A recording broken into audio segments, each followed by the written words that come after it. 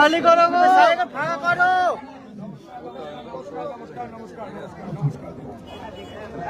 আমরা রোদে মরে গেল আমরা।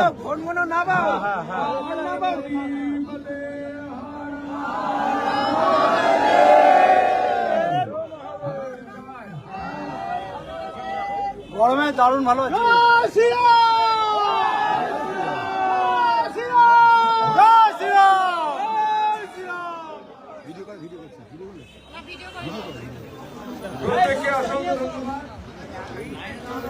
আপনারা আপনাদের গুরুত্বপূর্ণ সময়, সেই সময় ব্যয় করে এখানে এসেছেন জনতার কার্যালয়।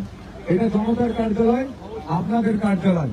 একটি গাছ মায়ের নামে, একটি গাছ মায়ের নামে। আপনারা গাছগুলো যেগুলো নিয়ে যাচ্ছেন, এইগুলো নিয়ে বাড়িতে অবশ্যই পুঁতবেন, কিন্তু গাছ লাগানোটা আপনার 10% কাজ হলো, 10%, 100%-এর মধ্যে 90% কাজ হচ্ছে গাছটাকে আপনি পরিচর্যা করে বাড়িয়ে তুলবেন। এটা 90% কাজ। একটি গাছ মায়ের নামে কেন? কারণ গোটা দেশ, গোটা পৃথিবীতে, আপনি জানেন পৃথিবী বলে পরিচিতি পায়, কিন্তু আমাদের দেশে আমরা আমাদের দেশকে মা বলি। তাই তো ভারত মা, সেই মাকে যাতে আমরা সুরক্ষিত রাখতে পারি, তার জন্য আপনাকে গাছ পরিচর্যা করতেই হবে। কেন হবে? কারণ আপনি যদি গাছটা থাকে তবে আপনার প্রাণটা থাকবে। এই যে মানসিকতা, এই যে পরিবেশ, এটা নির্মাণ আপনি আপনার জন্য নয়। আজকে এই গাছটা লাগাচ্ছেন, এটা কতটা অক্সিজেন দেবে আপনি নিজেও জানেন না, পরে বড় হলে তবে দেবে। হ্যাঁ, আপনি কার জন্য লাগিয়ে যাচ্ছেন? আপনার আগামী প্রজন্মের জন্য। আগামী প্রজন্ম সুরক্ষিত থাকলে তবে গোটা পৃথিবী, গোটা ভারত সুরক্ষিত থাকবে। এই যে রোগ জ্বালা এত বাড়ছে, কারণ কি? আমাদের মানসিকতা, ইউজ অ্যান্ড থ্রো।